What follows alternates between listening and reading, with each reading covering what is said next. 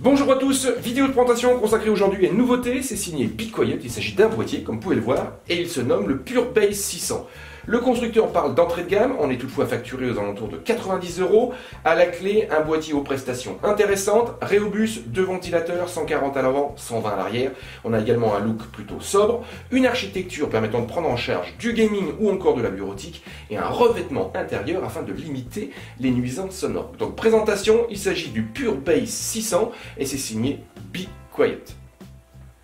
Be Quiet annonce donc ce Pure Bass 600. Ici, on a affaire à un boîtier dit entrée de gamme. Il est toutefois facturé à 89 € et comme on va le voir, il a des prestations assez intéressantes. Be Quiet ne tombe pas du tout dans la déferlante du RGB qui touche à peu près tous les composants du PC aujourd'hui. Ici, on a un boîtier au design très épuré, une façade sobre. Petit rappel, Be Quiet chromé sur le bas avec 2 cache baies trahissant la présence d'emplacement 5,25 pouces. Ça, c'est pour tout ce qui va être lecteur optique, connectique placé sur le haut. Question format, on est sur du moyen tour. Côté dimension, 220 par 470 et par 492 mm. Le châssis est en acier sec, 0,8 mm, et on va retrouver du plastique ABS au niveau de la façade avant, mais également de la coiffe du boîtier. On a également au niveau design une façade avant dont la largeur est un peu moins importante que celle du châssis, et donc du coup on va retrouver un système d'aération, donc des évents verticaux en mèche inclinés, qui donne un petit côté sportif à ce Pure Bass 600. Bass 600 reprend donc la charte qualité, si je peux dire, du constructeur Be Quiet, qui s'est mis un point d'honneur à proposer du matériel PC silencieux. Ici, le boîtier est orienté silence. On va retrouver un revêtement anti-bruit qui tapisse tout l'intérieur du boîtier. Alors, je ne sais pas si vous pouvez le voir, mais au niveau du panneau arrière, par exemple, on le retrouve ici. Donc, on a une mousse qui va être présente sur toute la surface du panneau. La même chose pour le panneau avant. Encore la coiffe du boîtier et sa façade avant. Au niveau architectural, c'est plutôt assez classique. On n'a pas de système compartimenté, bloc d'alimentation positionné sur le bas. Au niveau stockage, on va retrouver 3 tiroirs qui se fixent sur le plateau à carte mère avec 3 petites vis à main. Ces tiroirs sont compatibles 3,5 pouces. On a ici un disque dur, mais également 2,5 pouces avec la possibilité d'installer 2 unités par tiroir. Donc du coup, 6 SSD, donc en 2,5 pouces, ou encore 3 disques durs. Et le format 2,5 pouces a un petit focus à l'arrière avec 2 emplacements dédiés. Côté compatibilité, on est sur du moyen tour, prise en charge du format ATX au niveau carte mère, mais également du micro ATX et du mini ETX. La carte graphique profite donc de son côté de 280 mm en natif, donc là il y a quand même de quoi faire et on peut porter cette longueur jusqu'à du 425 mm si on se sépare donc des tiroirs dédiés au stockage. Côté ventirade, 165 mm, donc là il y a de quoi faire. Par contre attention, les plus massifs du marché risquent donc de poser problème. Donc faites quand même toutefois attention à la hauteur afin de pouvoir bien refermer le panneau latéral. Vous avez peut-être également remarqué qu'au niveau de la coiffe du boîtier, on a ici donc une plaque en plastique qui normalement est collée directement sur le haut du boîtier et il est possible d'ajuster sa hauteur. Donc ça va concerner le refroidissement. En libérant un peu d'espace, on va pouvoir faire passer l'air chaud, donc résiduel, lié à la carte graphique ou encore au système, donc au ventilation de processeur, afin d'améliorer le refroidissement. Par contre, petite remarque, à partir du moment où on ouvre ce boîtier, on risque de changer ses prestations de base côté nuisance sonore. Au niveau refroidissement, 2 ventilateurs, on va avoir un 140 mm à l'avant et un 120 mm à l'arrière. Ici, on est sur du Pure Winds 2. Donc, à l'avant, on a un 140 mm propulsé à 900 RPM au maximum. Son travail sera d'apporter de l'air frais afin de pouvoir faire respirer ce boîtier. Tandis que le 120 mm à l'arrière aura lui la charge d'extraire l'air chaud vers l'arrière et il est propulsé à une vitesse maximale de 1200 RPM. Et ces 2 ventilateurs sont reliés en natif à un Rhéobus pilotable à l'avant au niveau de la connectique. Donc on verra ça à la fin de cette petite présentation. Bien sûr, ce système de refroidissement est évolutif. Le boîtier propose des emplacements dédiés qu'on va retrouver à l'avant ou encore sur le haut.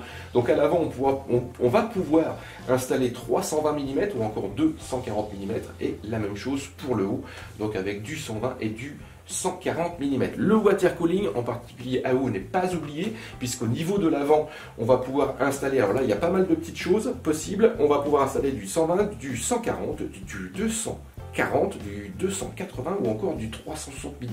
Tandis que sur le haut, on pourra installer cette fois-ci un radiateur donc de 120, 240 ou encore de 360 mm. Tout ceci sera possible sous certaines conditions pour les formats les plus imposants, en particulier au niveau donc, de la cage dédiée au format 5,5 pouces, donc la permettant de mettre en place un lecteur optique. Cette cage est amovible, donc on peut l'enlever afin de libérer un maximum de place. Bloc d'alimentation, je vous disais tout à l'heure, positionné sur le bas, il s'accompagne également d'un petit filtre qu'on retrouve à l'arrière, extrastible par l'arrière du boîtier. On se retrouve ici donc à l'arrière du plateau à carte mère. Et comme je vous le soulignais tout à l'heure, on a deux emplacements dédiés pour installer un SSD, donc là j'en ai mis un en place. Ici on a un support métallique solidaire du plateau à carte mère par une simple petite vis à main.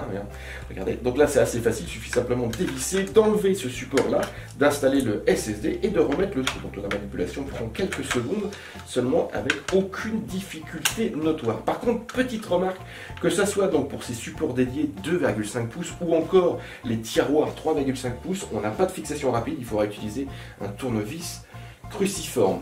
Au niveau organisation du câblage, c'est relativement bien pensé, on a des fixations et puis des passes-câbles positionnés à des endroits stratégiques, par exemple sur le faisceau 24 broches à destination de la carte mère, ou encore le câble donc EPS 8 broches à destination de la carte mère CPU. Donc ici il sera possible de fixer et surtout de pousser le clou de câblage bien au niveau du plateau à carte mère, puisqu'au niveau du panneau latéral, je vous le soulignais tout à l'heure, on a ici un boîtier orienté silence, donc du coup on va retrouver un revêtement anti-bruit au niveau du panneau et il demande une petite épaisseur. Donc du coup, au niveau de la fermeture du panneau, il faut bien faire attention qu'on ait un câblage bien plaqué contre le plateau à carte mère. Et à cette fin, on a une organisation qui est relativement bien pensée, surtout qu'avec la présence de scratch, donc de bande velcro au niveau du bundle. Enfin, on remarque également qu'il y a pas mal d'ouvertures au niveau du plateau à carte mère et celles-ci vont permettre d'organiser au mieux selon le format de la carte mère. Donc là, je détaillerai ça au niveau du test parce que c'est assez intéressant. Donc par exemple, on se rend compte ici, j'ai une carte mère ATX et elle déborde d'un premier orifice. Or, on va retrouver tout de suite derrière un deuxième orifice. Donc là, on voit que BeQuiet a essayé de chercher, on va dire, à optimiser son boîtier pour pouvoir limiter le câblage à l'avant et donc de faciliter le passage de l'air et, dans l'absolu, de favoriser le refroidissement. La connectique est donc positionnée sur la face avant, ce qui laisse supposer que le boîtier peut prendre place, lui, sur un bureau, donc à côté d'un moniteur, en espérant que ces nuisances sonores soient très bien maîtrisées. Donc on est véritablement affaire à un boîtier silencieux. On vérifiera ça naturellement au niveau du test. Donc au niveau de cette connectique, deux ports USB 3, on a également les classiques jack audio, un bouton Power, une petite LED d'activité permettant de savoir si notre unité de stockage est en fonctionnement, un bouton Reset, et ici un Reobus 3 positions permettant de piloter la vitesse de ventilation des deux ventilateurs internes. Ce Reobus prend en charge un maximum de 3 ventilateurs de type 3 pins et on a mesuré au niveau de nos tests des tensions grosso modo de 5, 8 et 12 volts correspondant au profil low, middle ou encore height. Et enfin, ici je vous ai laissé donc cette ouverture du capot supérieur permettant donc de libérer l'air. Donc si on n'ajoute pas de ventilateur, ça permettra tout de même de aérer un peu plus le boîtier en lui-même puisque l'air chaud monte, tandis que si vous installez un radiateur de water cooling ou encore donc des radiateurs sur le haut, il faudra donc augmenter cette valeur. Il y a deux possibilités au niveau de la rehausse afin de pouvoir faire respirer l'ensemble. Bien sûr, de base, et le boîtier a été testé avec cette trappe totalement fermée.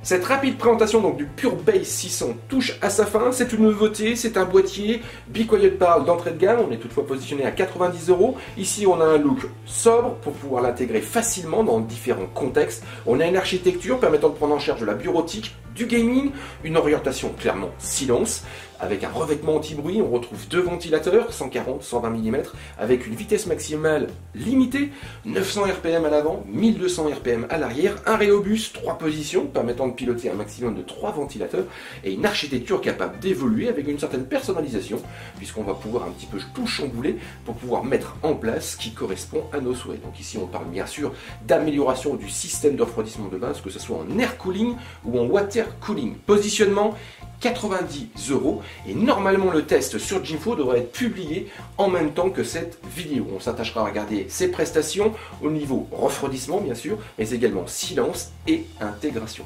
Donc je vous propose de vous retrouver sur Jinfo pour un test complet de ce nouveau boîtier. Il s'agissait du Pure Bass 600 et c'est signé Be Quiet.